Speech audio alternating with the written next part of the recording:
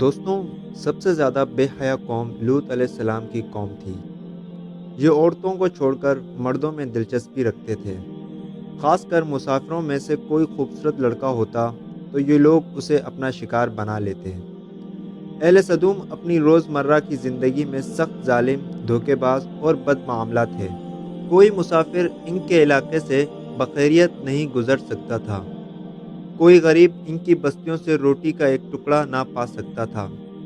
کئی مرتبہ ایسا ہوتا تھا کہ باہر کا آدمی ان کے علاقے میں پہنچ کر فاقوں سے مر جاتا تھا اور یہ لوگ اس کے کپڑے اتار کر اس کی لاش کو برہنہ دفن کر دیتے۔ اپنی وادی کو انہوں نے ایک باغ بنا رکھا تھا جس کا سلسلہ میلوں تک پھیلا ہوا تھا۔ اس باغ میں وہ انتہائی بے حیائی کے ساتھ اعلانیہ بدکاریاں کیا کرتے تھے۔ حضرت لوط علیہ السلام نے انہیں توحید کی دعوت دی اور بدکاری کے اس گھنونے عمل سے توبہ کرنے کا حکم دیا۔ حضرت لوط نے کہا، تم یہ کیوں کرتے ہو؟ کیا تم عورتوں کو چھوڑ کر لذت حاصل کرنے کے لیے مرد کی طرف مائل ہوتے ہو؟ حقیقت یہ ہے کہ تم احمق لوگ ہو۔ تو پھر حضرت لوط اہل سدوم کو دن رات وعظ اور نصیحت کیا کرتے تھے، لیکن اس قوم پر اس کا کوئی اثر نہ ہوا، بلکہ وہ بدنصیب بہت فقریہ انداز میں یہ کام کرتے تھے۔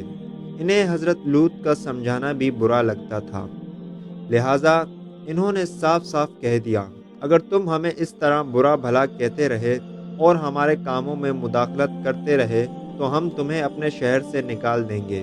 لیکن حضرت لوط علیہ السلام نے نصیحت و تبلیغ کا سلسلہ جاری رکھا، لہٰذا ایک دن اہل سمود نے خود ہی عذاب الہی کا مطالبہ کر دیا۔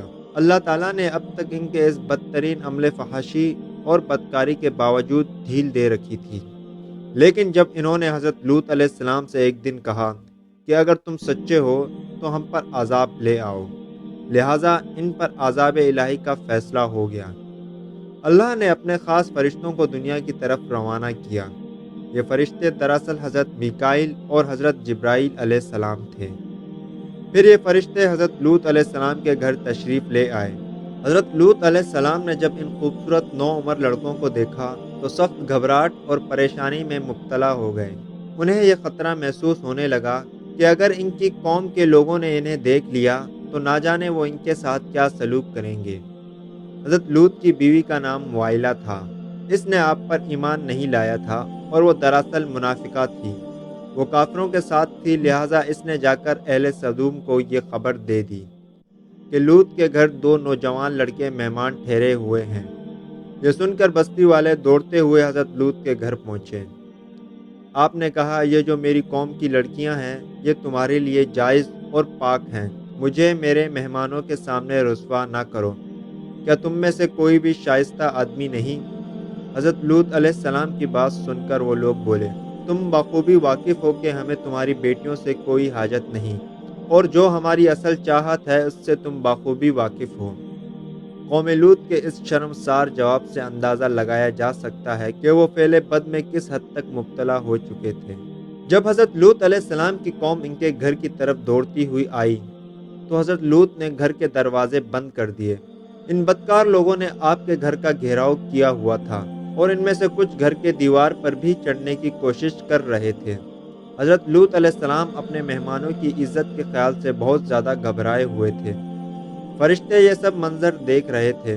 جب انہوں نے حضرت لوط علیہ السلام کی بے بسی اور پریشانی کا یہ عالم دیکھا تو حقیقت سے پردہ اٹھاتے ہوئے یوں فرمایا، اے لوط، ہم تمہارے رب کے بھیجے ہوئے فرشتے ہیں، یہ لوگ ہرگز تم تک نہیں پہنچ سکیں گے۔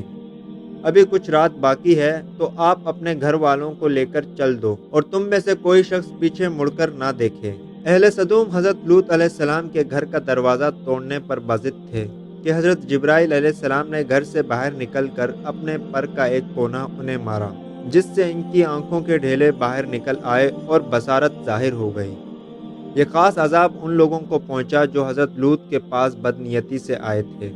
حضرت لوط علیہ السلام حقیقت حال جان کر مطمئن ہو گئے اور اپنے گھر والوں کے ساتھ رات کو ہی نکل کھڑے ہوئے، لیکن پھر بھی ان کی بیوی ان کے ساتھ تھی۔ لیکن کچھ دور جا کر وہ واپس اپنے قوم کی طرف پلٹ گئی اور قوم کے ساتھ جہنم واصل ہو گئی۔ صبح کا آغاز ہوا تو اللہ کے حکم سے حضرت جبرائیل نے بستی کو اوپر سے اکھاڑ دیا اور پھر اپنے بازو پر رکھ کر آسمانوں پر چڑھ گئے، یہاں تک کہ آسمان والوں نے بستی کے کتے کے بھونکنے اور مرغوں کے بولنے کی آوازیں سنی۔ پھر اس بستی کو زمین پر دے مارا، جس کے بعد ان پر پتھروں کی بارش ہوئی۔ ہر پتھر پر مرنے والے کا نام لکھا ہوا تھا۔ جب یہ پتھر ان کو لگتے تو ان کے سر پاش پاش ہو جاتے۔ صبح سویرے شروع ہونے والا یہ عذاب اشراق تک پوری بستی کو نیست و نابود کر چکا تھا۔ قوم لوط کی ان خوبصورت بستیوں کو اللہ نے ایک انتہائی بدبودار اور سیاہ جھیل میں تبدیل کر دیا، جس کے پانی سے رہتی دنیا تک کوئی فائدہ نہیں اٹھایا جا سکتا۔